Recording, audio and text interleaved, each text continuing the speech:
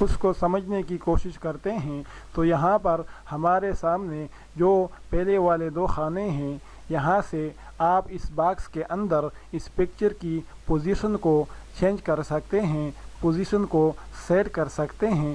جہاں پہ آپ کی مرضی ہے وہ ویلیو یہاں پہ ٹائپ کر کے آپ اس باکس کے اندر اسی پوزیشن پر اس پکچر کو سیٹ کر سکتے ہیں۔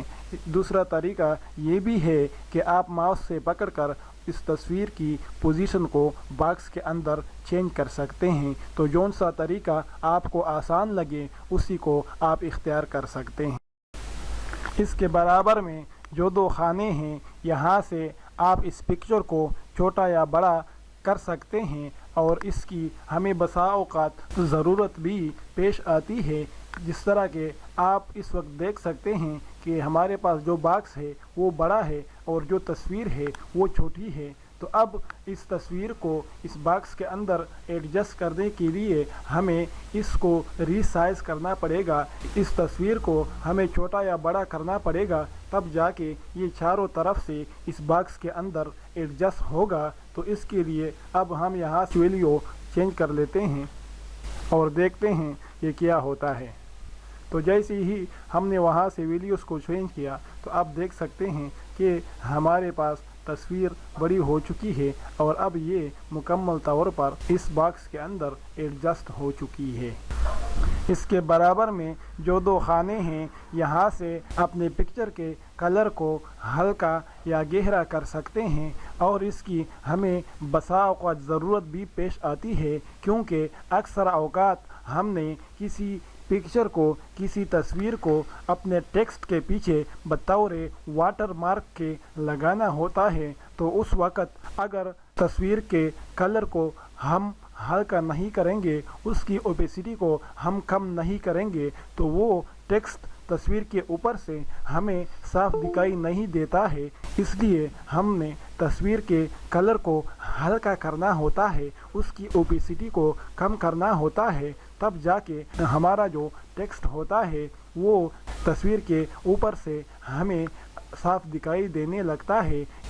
اس کے برابر میں جو خانہ ہے، یہاں سے ہم اپنی تصویر کو روٹیٹ کر سکتے ہیں۔ مثلا اگر ہم اپنی تصویر کو 30 ڈگری پہ روٹیٹ کرنا چاہتے ہیں تو آپ دیکھ سکتے ہیں کہ ہماری جو پکچر ہے وہ 30 ڈگری پہ روٹیٹ ہو چکی ہے، لیکن ایسا کرنے کی ہمیں ضرورت نہیں پڑتی، کیونکہ اگر ہم نے اپنی پکچر کو روٹیٹ کرنا ہوتا ہے تو ہم ہینڈ ٹول کی مدد سے باکس کو سلیکٹ کر کے یہاں پہ 30 ڈگری ٹائپ کریں گے تو ساتھ ساتھ میں ہمارا باکس بھی روٹیٹ ہو جائے گا۔ اس کی تو ہمیں ضرورت پڑتی ہے، لیکن باکس کے اندر صرف تصویر کو روٹیٹ کرنے کی ہمیں بہت کم ہی ضرورت پیش آتی ہے، لیکن پھر بھی سمجھانے کے لیے آپ دیکھ سکتے ہیں کہ اگر ہم یہاں پہ 30 ڈگری ٹائپ کرتے ہیں تو آپ دیکھ سکتے ہیں کہ باکس تو ہمارا اسی طرح ہے، لیکن ہماری جو تصویر ہے وہ باکس کے اندر روٹیٹ ہو چکی ہے۔ اگر کہیں پہ آپ کو اس طرح استعمال کرنے کی ضرورت پیش آتی ہے تو آپ اس کو یہاں سے استعمال کر سکتے ہیں۔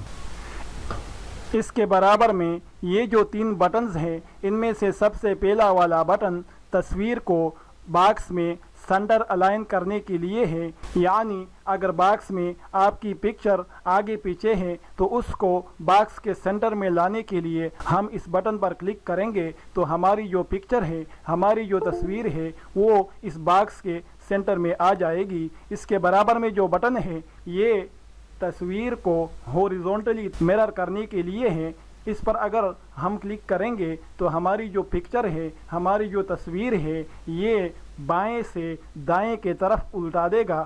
دوبارہ سیدھی کرنے کے لیے ہم اس کے اوپر دوبارہ کلک کریں گے تو ہماری تصویر سیدھی ہو جائے گی۔ اس کے برابر میں تیسرا جو بٹن ہے یہ تصویر کو ورٹیکلی مرر کرنے کے لیے ہے، یعنی اوپر سے نیچے کی طرف اس بٹن پر کلک کرنے سے ہماری تصویر الٹ جاتی ہے۔ اگر ہم دوبارہ اس پر کلک کرتے ہیں تو ہماری تصویر دوبارہ اپنی اصلی حالت میں آ جاتی ہے۔